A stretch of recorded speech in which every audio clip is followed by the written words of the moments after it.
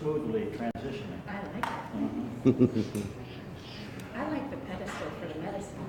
Yeah, I do try to induce Coca-Cola Corporation. Now I have a new possibility that I had never considered before. Huh? I love it. So far, we had one gentleman write 2 letters to Coca-Cola Corporation telling them they need to consider sponsoring me.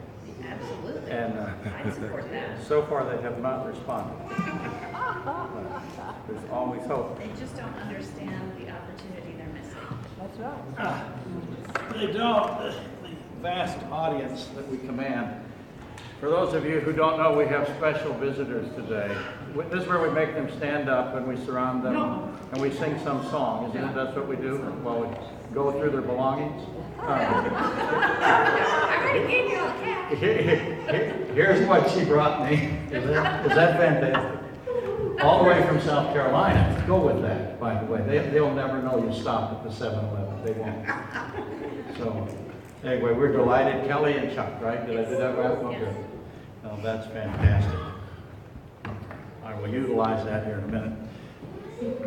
It's not cold. You know, it will be in Alaska very soon. It's not a problem here. The food doesn't spoil now from October all the way to April. Wow, well, welcome back from vacation, everybody.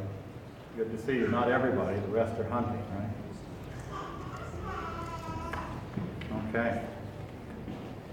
It is not often that we get visitors. We try to lock the doors to keep them out.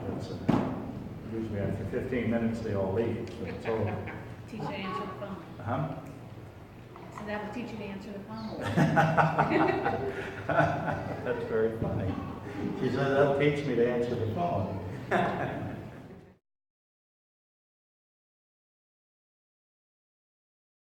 September the 10th, 2017, lecture discussion number 295 on the book of Romans. Before I start, you can see that I have a competitor. For those of you, the vast internet audience brought to me by Kelly and Chuck. They're visiting from some place called the East Coast, of which we're not familiar. And they brought gifts. There's only 2.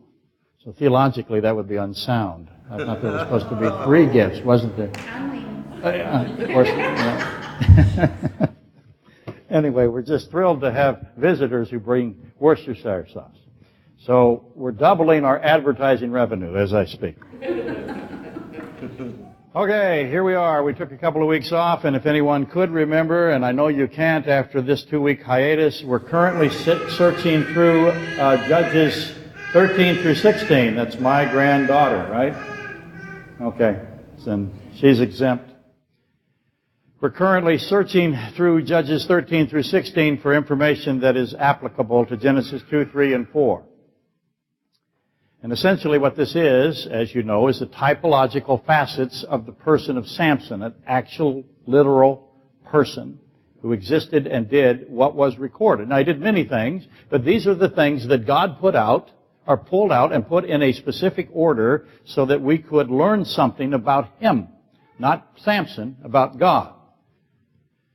And Samson, of course, is relatively famous for his hair and for killing Philistines in obscure ways, but he should be more so known for his riddle, which is also the bee honey, as opposed to date honey or fig honey. And the beef honey that was formed in the carcass of a young roaring lion that Samson tore to pieces and killed.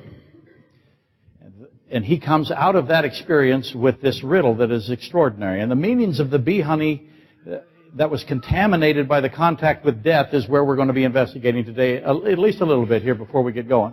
And therefore, the impact all of that has on Samson's Nazirite status, which is number 6. So, trying to catch you all up.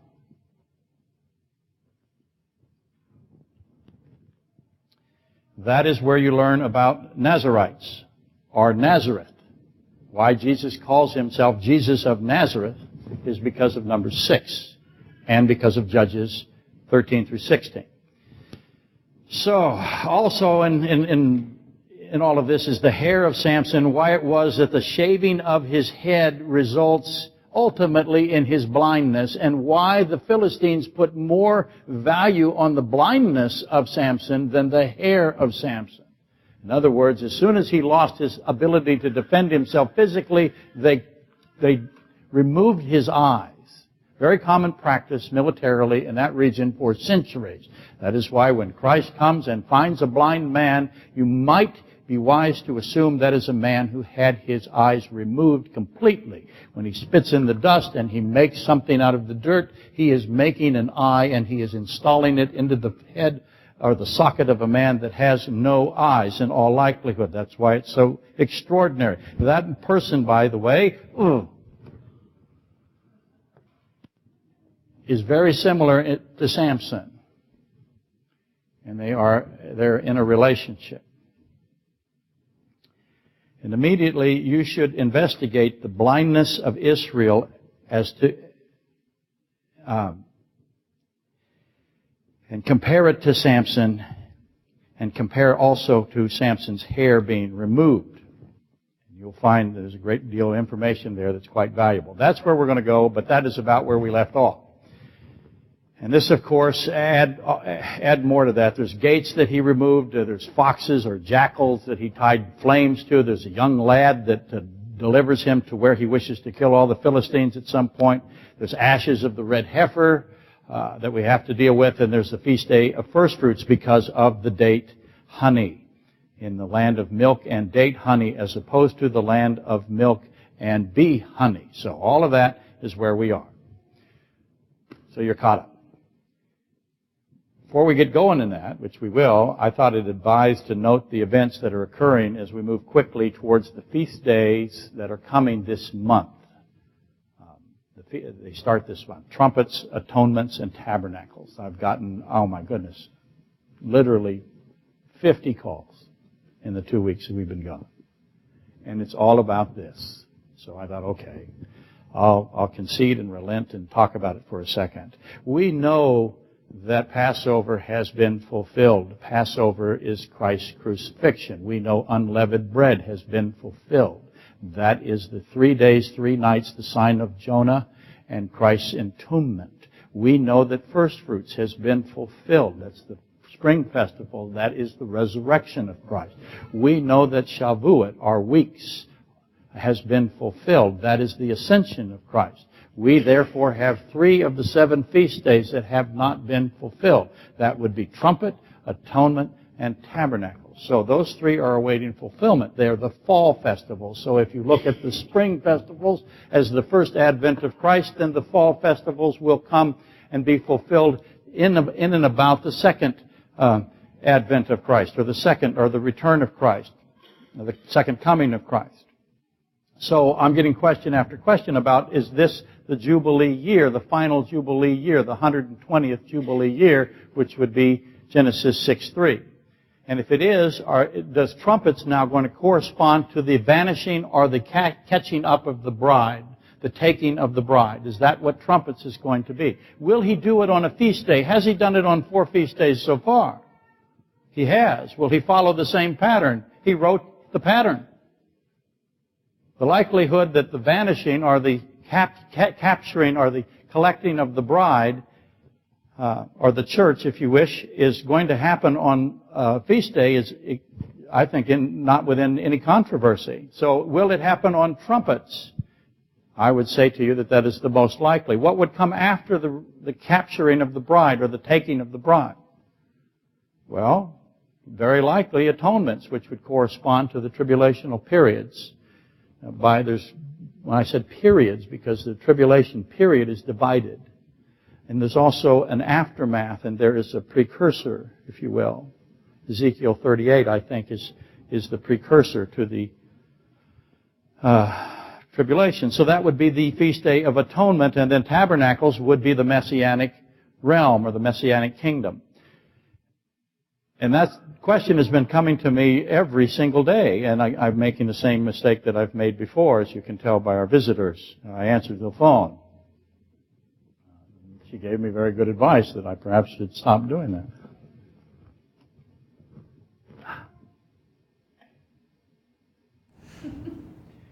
Anyway, things be happening.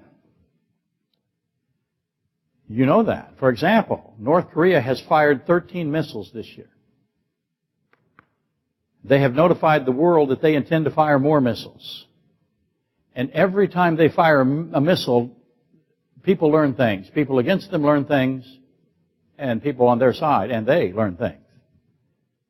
And there's a reason they're doing what they're doing, and it is a military reason. The analysts inside the U.S. intelligence agencies are expecting a missile to be fired with a war trajectory. What do I mean by that? Right now, they're not firing war trajectories. That's why they're not shooting them down. They're doing this, pretty much. They're just going like that. Pretty soon, they're going to do this. And it's going to be a high-altitude war trajectory.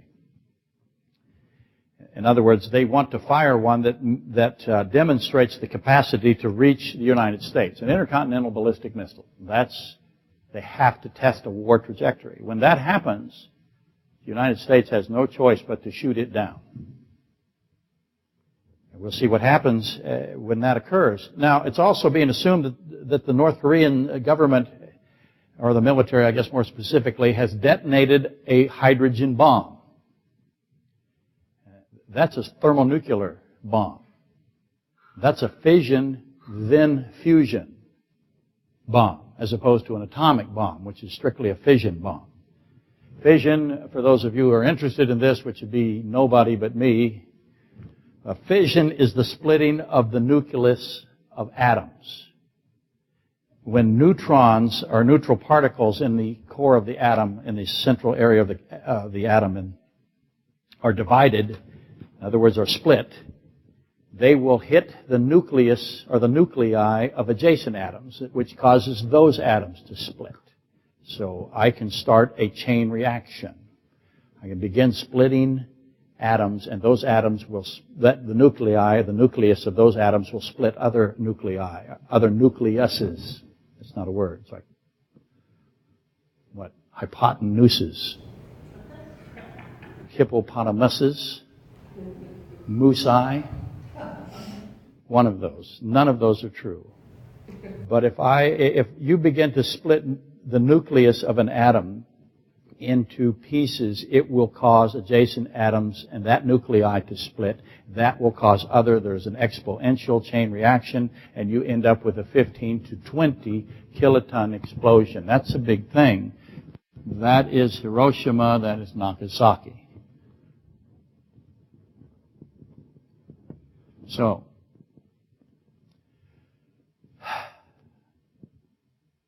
the ignition explosion of a hydrogen bomb is not like that at all. Well, somewhat. But what it does is it compresses plutonium-239, and that also results in fission. That also results in the splitting of nuclei, neutron splitting. But the plutonium is inside of a hydrogen gas chamber. So when it begins this fission process, that fission process creates tremendous amounts of heat, and that heat now fusion. See, I have fission and fusion. That fusion begins to fuse together the hydrogen atom, and that fusing releases more neutrons now.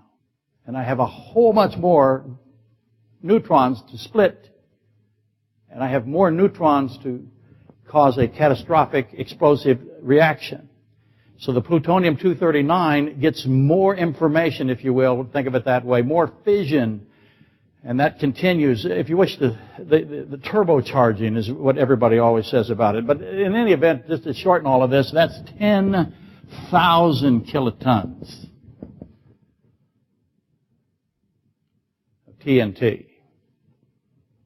10,000. So 10,000 versus 20. What we dropped on Nagasaki and Hiroshima were 20. So this is an incredibly powerful weapon. If North Korea has a thermonuclear device, the questions become, can they successfully deliver it, and can they ignite it? Because it has an ignition explosion. And obviously it has to be ignited on target. That requires significant technology, communicative technology.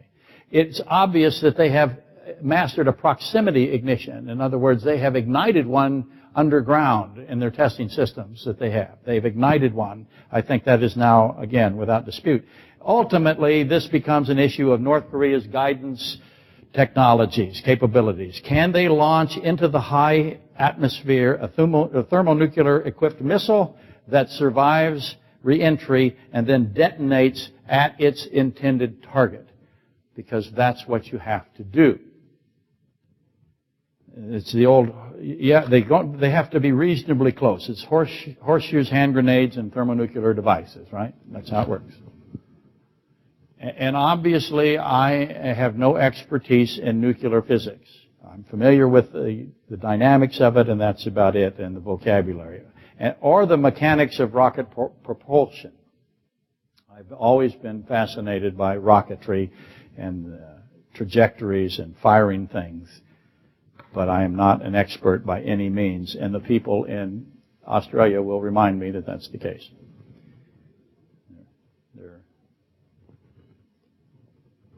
They're very well aware of my scientific limitations, as they should be.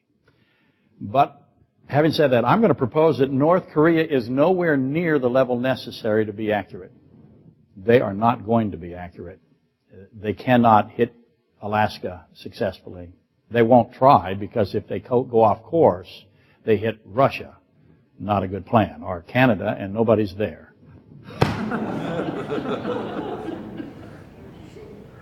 Alaska, of course, has missile systems that can hit a bullet with a bullet, right? And we have more than we know. They will not tell us how many they know. Therefore, the threat is not a hydrogen bomb that explodes on a U.S. city. That they do not have the capability of. North Korea is an atheistic society. They're monistic. I was talking to about this very thing to the visitors from South Carolina. They're atheistic, monistic. They believe that physical death ends them. It extinguishes their thing that they call existence or life. Life, as an atheist defines it, is a fleeting temporal state awaiting to be revealed as such. And so atheists, which is North Korea, as opposed to, for example, Iran, which is a theological state. I know we'll disagree with their theology, but they are not atheists. They have a different perspective. For an atheist, generally speaking, they are not desiring retaliatory annihilation. The U.S. would completely and absolutely destroy every grain of sand in North Korea if they were to launch a thermonuclear device towards the continental United States, and they would be destroyed before the bomb detonated. Why would they be destroyed before the bomb detonated? Because the United States would want to eliminate the possibility of a communication capability between the launch site, the satellite, and the detonation site. So if they can destroy that, what did you drop, young lady? It wasn't the baby. Water. Okay, that's good. Every mother in the room turned around to make sure you're doing okay. A chance for...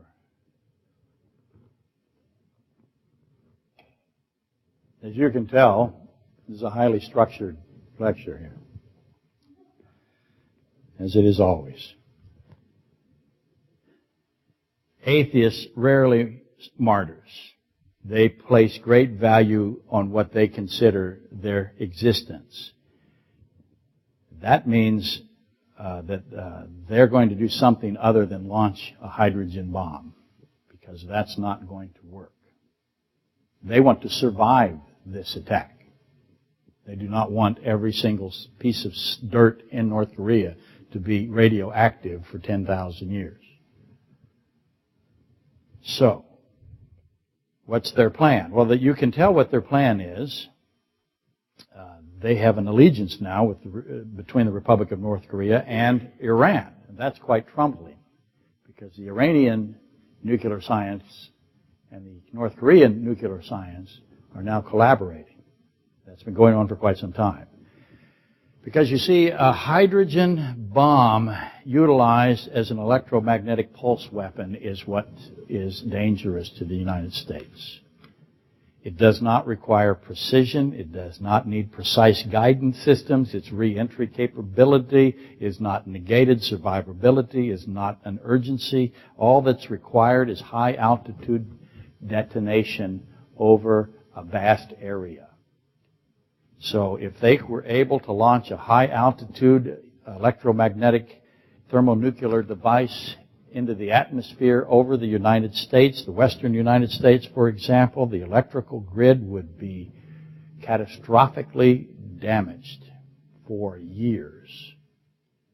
And we've talked about this now for a long, long time. It's in the news today and yesterday that North Korea is saying that they have this capability.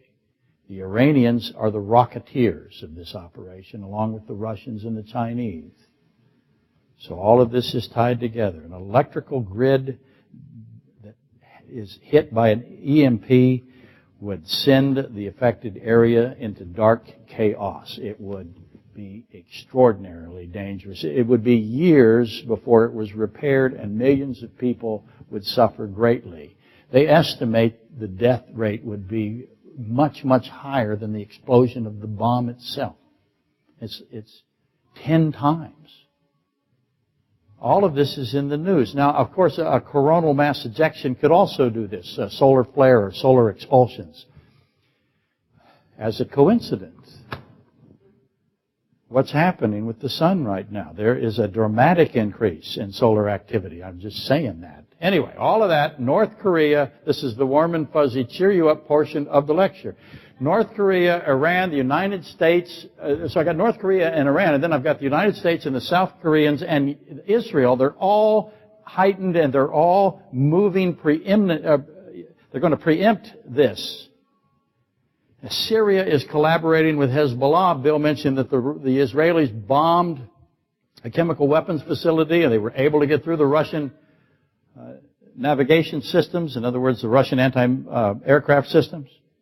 And they did it without warning. They destroyed that chemical weapons cache because the Syrians were going to give those chemical weapons to Hezbollah. So we have Russia and the Ukraine. The Ukraine is in fear that the Russians are about to invade them. We have earthquakes in Mexico. We have volcanic activity in the middle of the United States. We have hurricanes in Texas and Florida. We have fires in California. We have Montana fires. We have mountains of crippling debt. The currencies of the world are very, very fragile right now. And this is what we call holy mackerel, honey child. This is getting to be very, very difficult. So many things are happening so fast, it's hard to keep track of them. And you see this rush to the edge, if you will, to the cliffside. 5 pages to get to that joke. Thank you for laughing. Some of you groaned, but that's okay. I'll take it. It's still a sound. I count it. So that is why I get all of these questions about September 2017, which again, if they're right, and they should be right, they should be able to measure from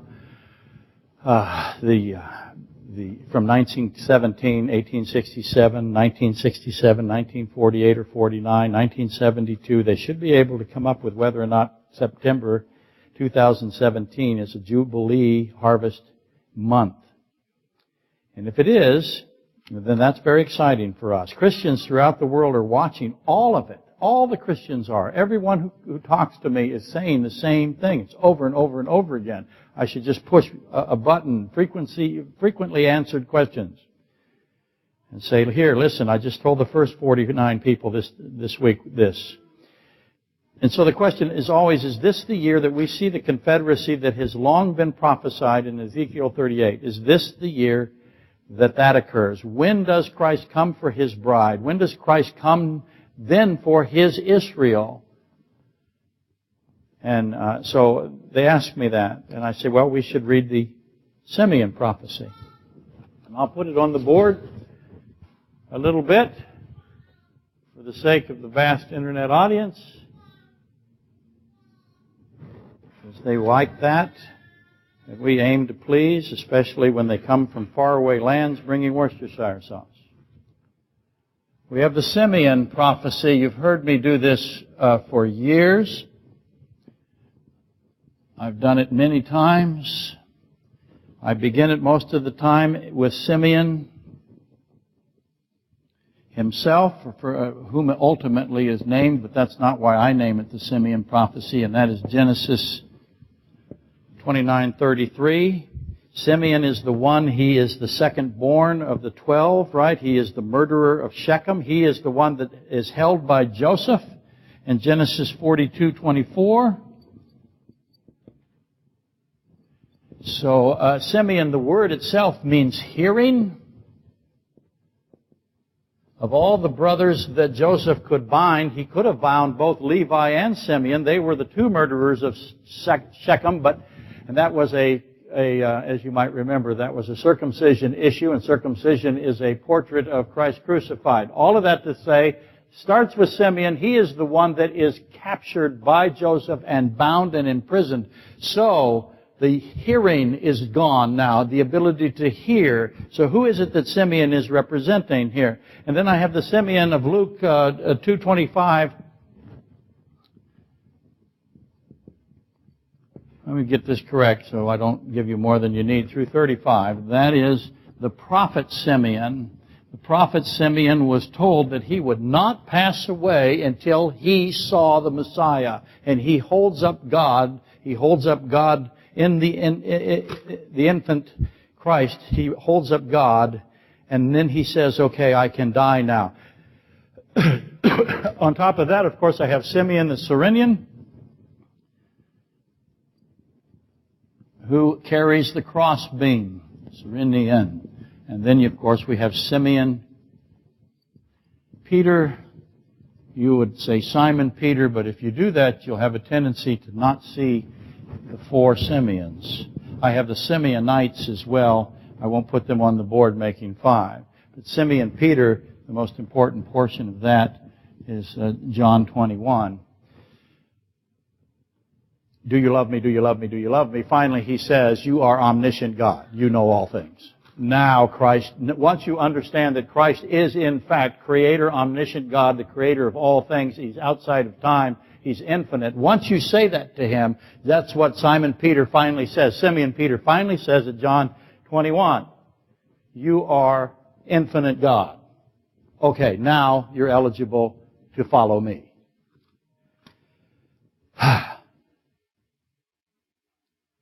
So, the question becomes, is Simeon the prophet?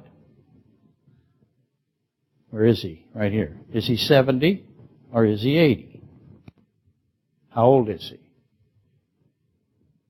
Remember, Simon Peter reaches out for Christ and says, save me. Christ goes and pulls him out of the dark water, right? Remember? This is the hearing that is bound. Someone who can't hear has to be saved, cries out to Christ. Someone who can't hear has to be saved and denies Christ 3 times. Someone who can't hear has to be saved, denies Christ 3 times and doesn't know He's infinite God, has to be taught that He's infinite God, is portrayed here, and we have to know how old he is. So obviously the Simeons are all portraying Israel, the nation of Israel. That's their primary typological positioning. So is Simeon 70 or 80? Psalm 90 verse 10. Because Psalm 90 verse 10 tells us that he could be 70 or 80. So which is he?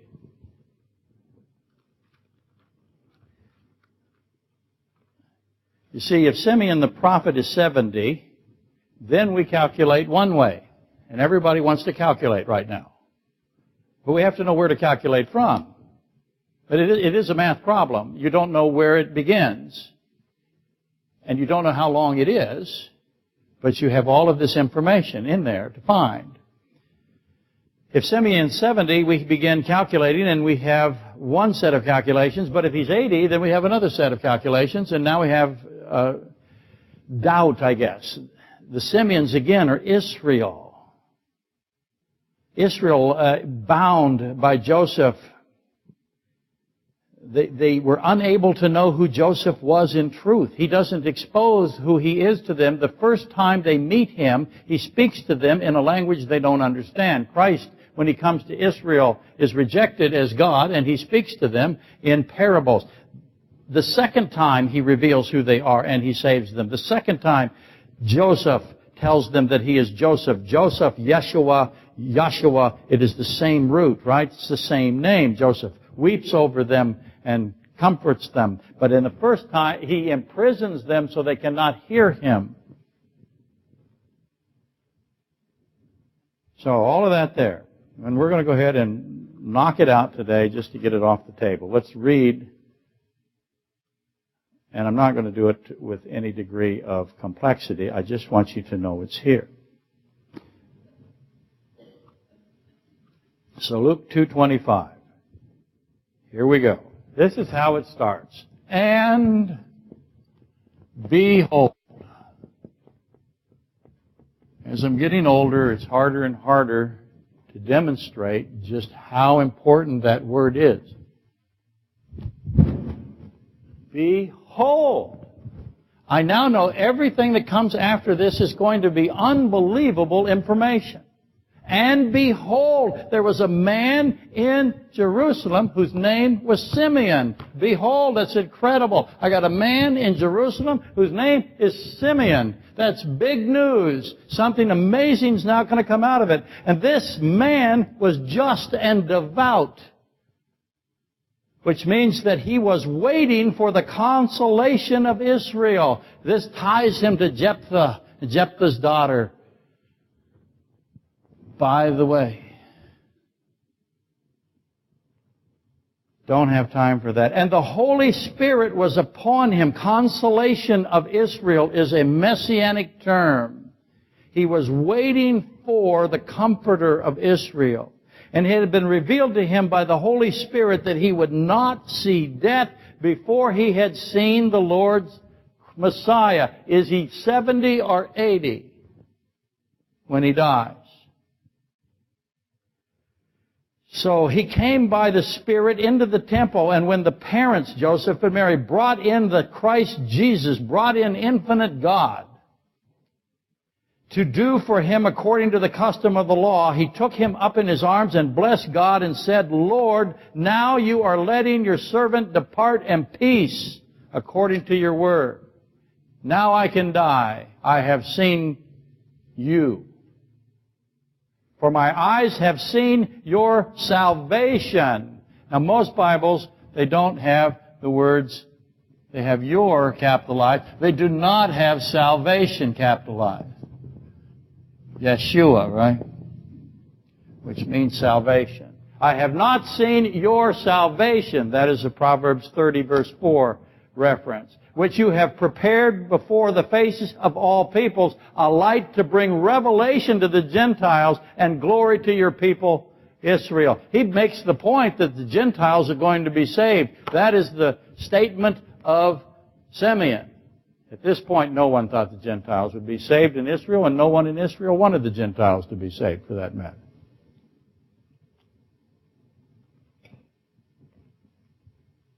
And Joseph and his mother marveled at those things which were spoken of him. Then Simeon blessed them and said to Mary, his mother,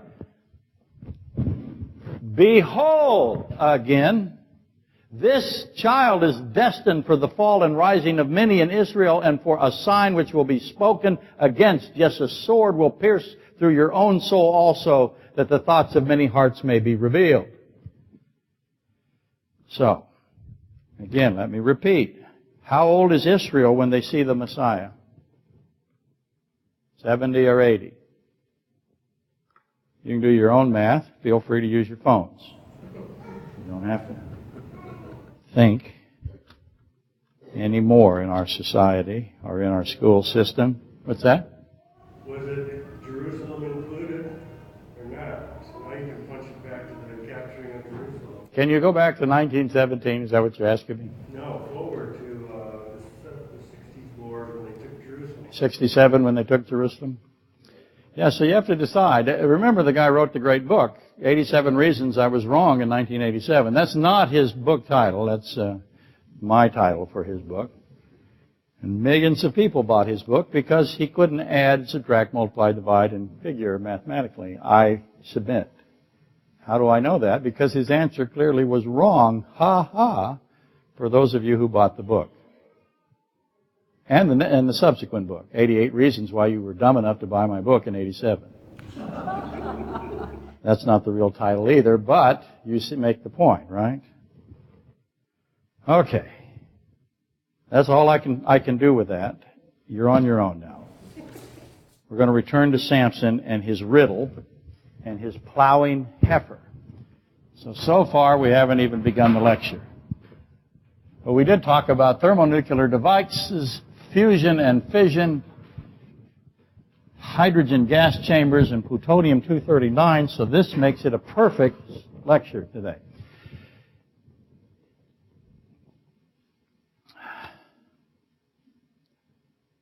Let me see, where will I want to be now? I already did that page, I think. Sometimes I don't read my own stuff.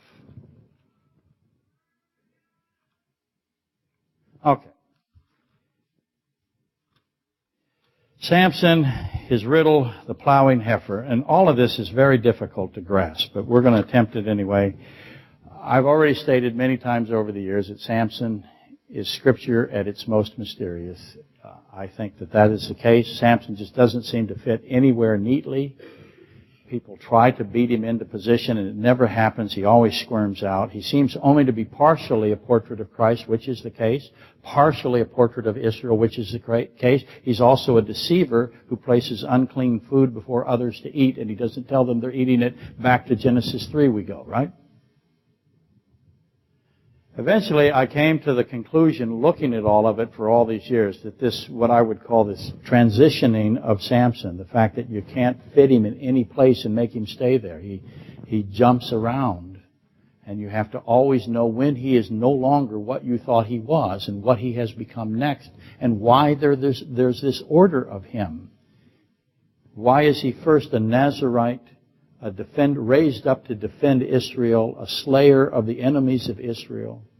Then he becomes something else, this man marrying a Philistine wife that's setting fire to all kinds of stuff, tying it to tails of jackals or foxes, whichever position you wish to have.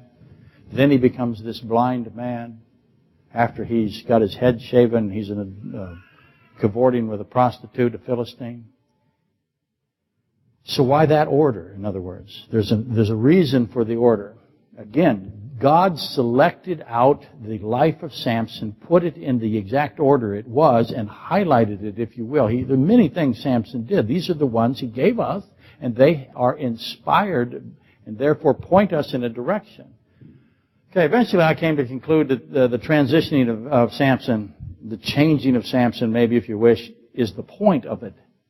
Instead of asking, why is this here, start asking, why is this here? See the difference? That's very profound. Instead of lamenting the difficulty of understanding the typology of Samson, ask instead, why is this the way God did it? This is intentional. Duh, he's omniscient. Why is Samson this way? Why does Samson have all of these divergent attributes? It's clearly intentional, purposeful. God wrote it.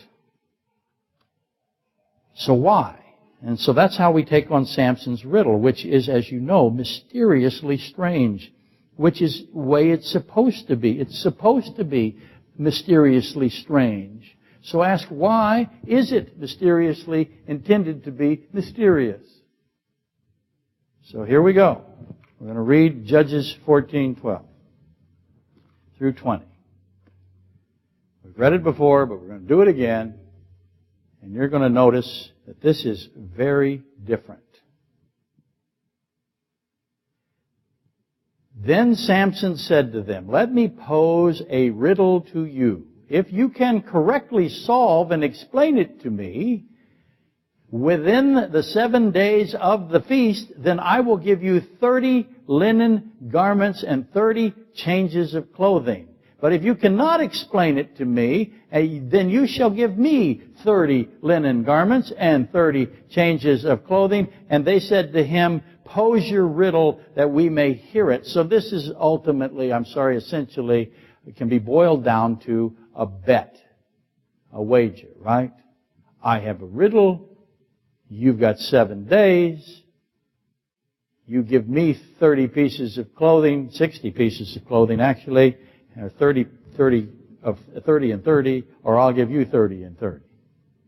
Now, as you know, I am once in my life very well equipped to play a game of 8-ball and straight pool and 9-ball, one pocket.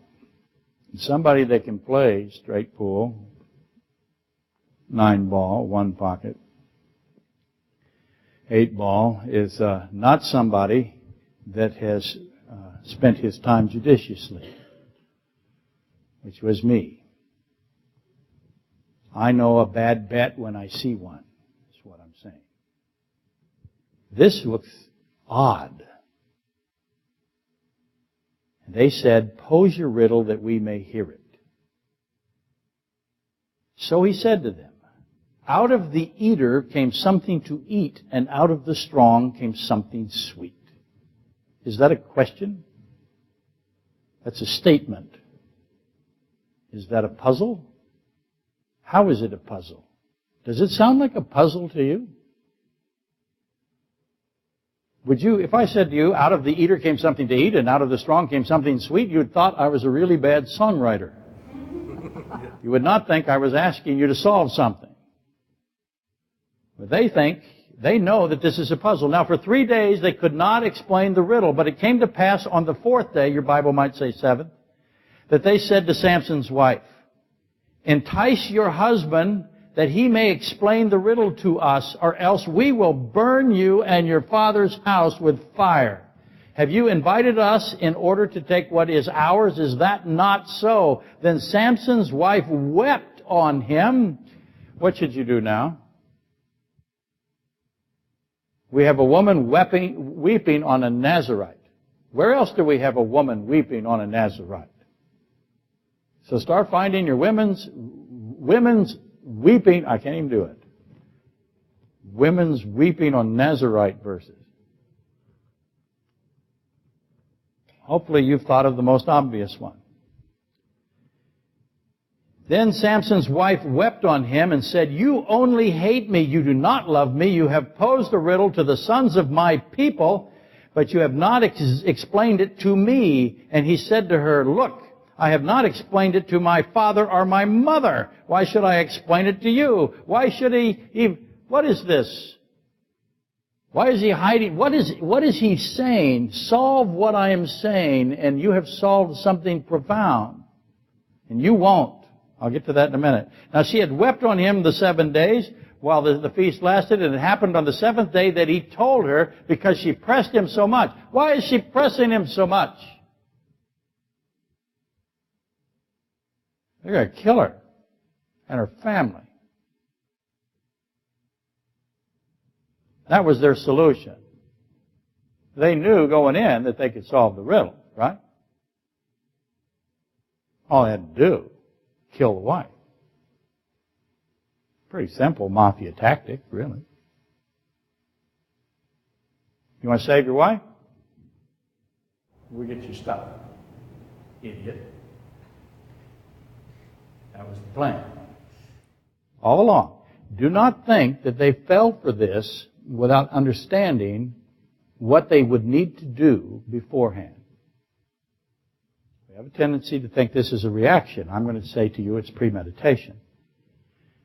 And it happened on the 7th day that he told her because she pressed him so much. Then she explained the riddle to the sons of her people. So the men of the city said to him on the seventh day before the sun went down, "What is sweeter than honey, and what is stronger than a lion?" And he said to them, "If you had not plowed with my heifer, you would not have solved my riddle." Then the Spirit of the Lord came upon him mightily, and he went down to Ashkelon and killed 30 of their men, took their apparel, and gave the changes of clothing to those who had explained the riddle.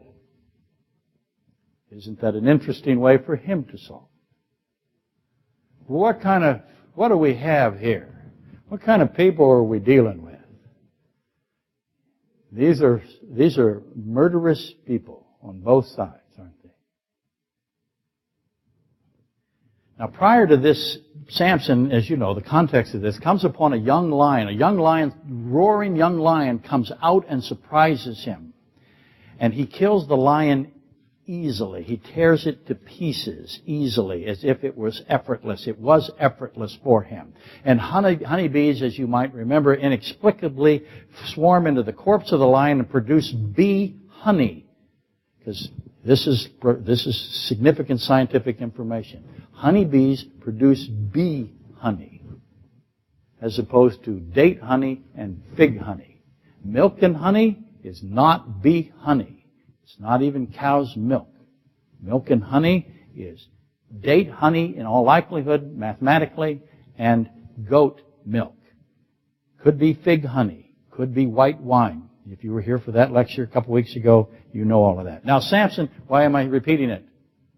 Because none of you were awake, and we have visitors.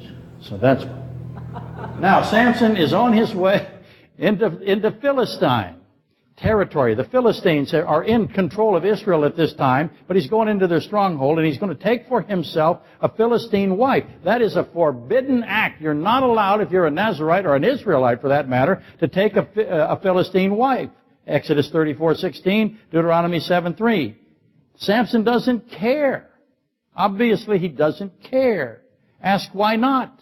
Why doesn't he care? He's a Nazarite. He's an Israelite. He knows Exodus 34:16. He knows Deuteronomy 7:3. He's still going down to take a Philistine wife. Why is he doing it? Doesn't care, obviously. Ask why not. Notice that Samson is ceremonially unclean because he kills the lion. He touches it. He has to go through a cleansing provision, but he doesn't. Oh, and just as an aside, only officiating priests are accepted from touching dead animals. They can touch clean dead animals in a sacrificial context. But the lion that Samson killed is an unclean animal, and it's dead.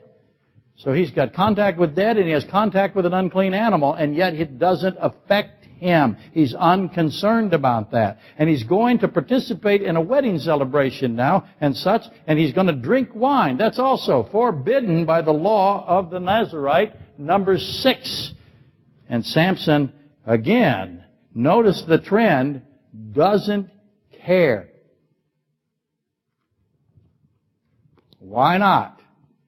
And the words literally in the text don't mean wedding feast. It says, it literally means drinking party. So Samson is throwing a drinking party for the Philistines. There's 30 of them. Those 30 were provided by the father of his Philistine bride. So they don't like Samson, and he don't like them. But they're having a drinking party. That is what has occurred. And now we have this mysterious thing that he says. This word translated riddle, it's not really accurate in most, I don't think it should be there. It has been rendered elsewhere in the Bible, dark saying. I think that's more correct. Dark saying, not meaning evil, means very, very difficult to understand.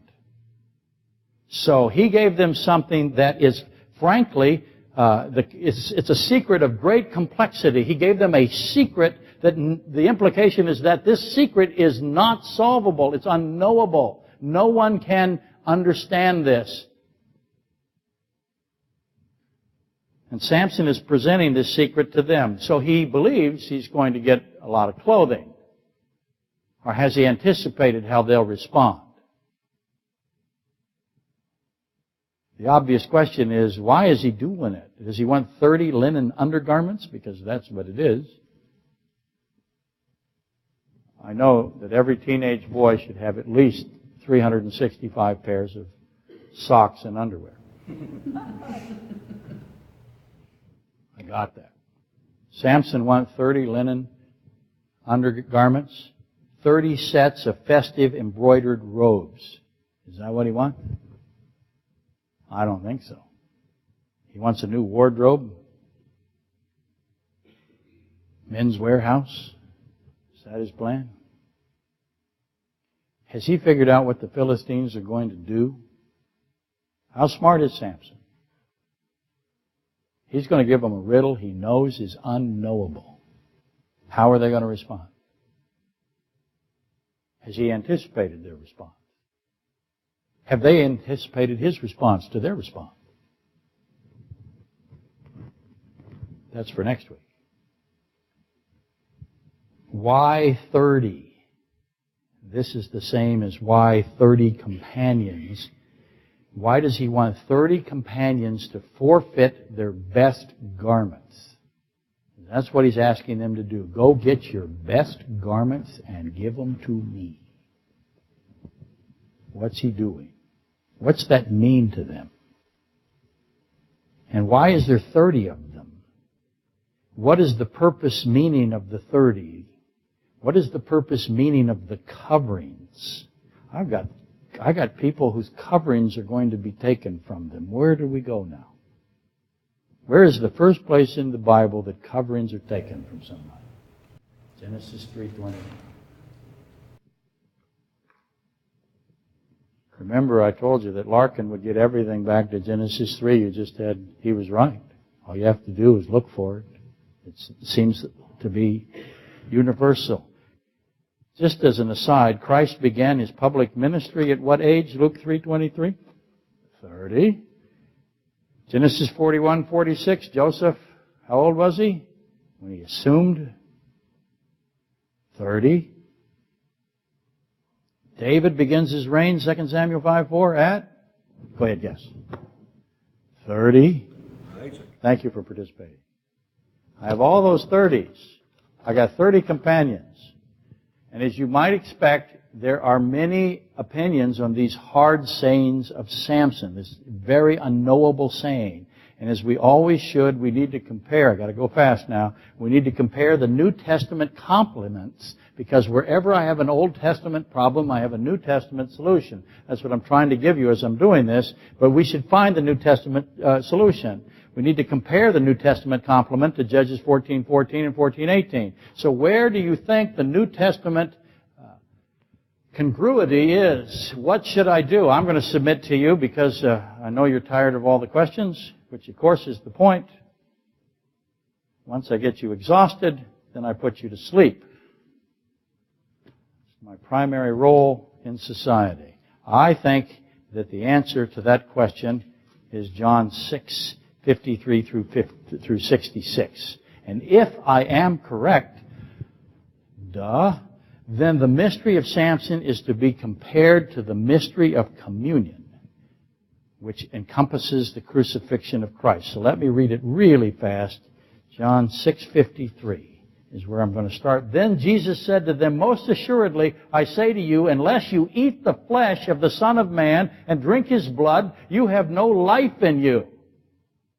Whoever eats my flesh and drinks my blood has eternal life, and I will raise him up at the last day. For my flesh is food indeed, and my blood is drink indeed. He who eats my flesh and drinks my blood abides in me, and I in him. As the living Father sent me, and I live because of the Father, so he who feeds on me will live because of me. This is the bread which came down from heaven, not as your fathers ate the manna and are dead. He who eats this bread will live forever. He said these things he said in the synagogue as he taught in Capernaum. Can't even say it. Capernaum. Therefore, many of his disciples, when they heard this, said, here it comes, this is a hard saying. Who can understand it? It's rhetorical. What's that mean? You can't know what he meant. So I have the New Testament complement. Christ comes to bring redemption, to salvation to those who are imprisoned, who are slaves, who are dying in hopelessness. And He gives this saying that is hard to understand, if not unknowable. It is only knowable because Christ makes it knowable. Holy Spirit does. Samson is a dim portrait of that when he tears apart the gates of the city, right? And carries them up a hill. They say, traditionally, 37 years. He marches up with these incredibly heavy gates. He throws them into a valley, and they are irretrievable. The typological aspect is so clear. And all of that to say, the mystery of Samson's hard saying compares to the hard saying of Christ, and ultimately compares to the sacrifice or the crucifixion of Christ, the sacrificial, substitutionary death of God Himself in the flesh. That is the mystery of godliness. Who can understand that? How did God, infinite God, add humanity? Hypostatic union, right? Now, that's our goal here. Finding Christ in the middle of the riddle of Samson. And we can now start that process. How am I doing? Bad. I should make a list. I won't. But I'll just read it to you. Out of the eater, that would be A, came something to eat, B. Also translated, came forth meat. We'll argue that in the weeks to come. D, and out of the strong came something sweet. So we got a lot to determine. First question, where's Christ? Is He the strong? Is He the sweet? Is He both? Second question, who's the eater? The devourer. Is that Christ? Christ calls Himself the lion who devours His enemies. The devourer is also Satan. Okay, big problems now. All of you who pick Satan, move away from the people who pick Christ. Who is the strong? Is Satan called the strong man? Christ is the one that defeats the strong man, takes his house, right? What is there to eat? What is that which is sweet? It should come as no surprise that most commentary on this portion of the riddle is limited to the young lion and the honeybees. And that it's assumed that the roaring young lion is the eater and the honey is that which is sweet. I think that's too simplistic. The strong is likewise the roaring young lion, and that's reflected in the Philistines' answer. Remember that? And Samson, therefore, is prefiguring Christ, and that is who Christ is in all of this. But again, I think that is rudimentary, and I think it is far more than this. No surprise. How is that what I just said to you unknowable? It's not unknowable. Did Samson attack them because they figured it out? I don't think he did. Thank you for whispering no. They didn't figure it out. They gave an answer. But they didn't understand it. They didn't have any idea what he was talking about. So why did he go kill 30 people, steal garments, and give it to them? Why did he do that? Save his wife. So, they didn't know it. Remember what he said. See, the Philistines didn't answer. They asked two more questions. What's stronger than a lion? What is sweeter than bee honey? So let me change it. What is sweeter than insect regurgitated plant nectar? Line up. It'll be in the buffet. Samson concedes that these two questions will allow them to prevail. But he never really says that they have answered it. And this unresolving nature of the wager, that's the problem that for many scholars. I say, listen, I don't believe it's answered. I naturally ask, what else is in Scripture that compares to this? What in the New Testament cannot be explained, yet is explained because a weeping woman faced with being burned to death, her and her entire family burned to death by the Philistines, and they pleads with Samson and is spared. Where is that? Remember, he said, if you had not plowed with my heifer, you would not have solved my mystery. So you would have had no information at all. But again, it's unknowable. We can readily determine that the heifer is his bride, and plowing is not what people think. Plowing is what? Threatening to burn her and her family. And Samson responds by killing exactly how many men? 30. Who are these guys? And he takes their garments. Who are they? And then he burns their fields. So again, where and who strips garments from evil men who are threatening the wife or the bride of Christ and then burns them? Where is that in the New Testament? Next week, which we will be here. We're here for 16 or 17 consecutive Sundays. Isn't that a record for Alaska? Is this where we make them rise and be dismissed?